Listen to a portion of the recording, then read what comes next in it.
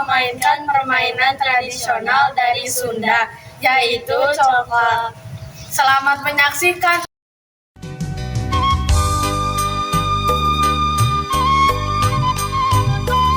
Alat jeung aturan main papan congklak biasana tina kai atawa plastik boga 14 liang leutik jeung 2 liang gede ti palebah kenca jeung katuhu.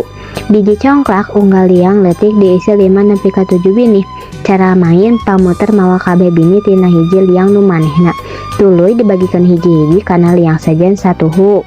Jarum jam nepi ka beak. Pemenang ditangtungkeun tina saha nu boga jumlah bini panglobana di liang gede milikna basa kaulinan rese.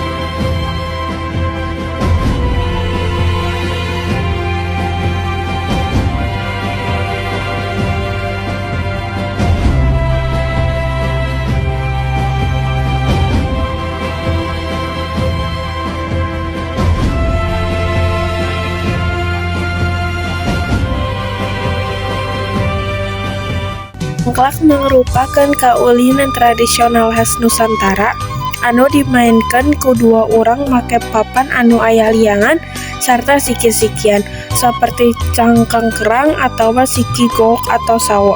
Saban pamain silih harepan pikeun mindahkeun siki sacara ganti bagilir kalayan tujuan ngumpulkeun jumlah siki panglobana.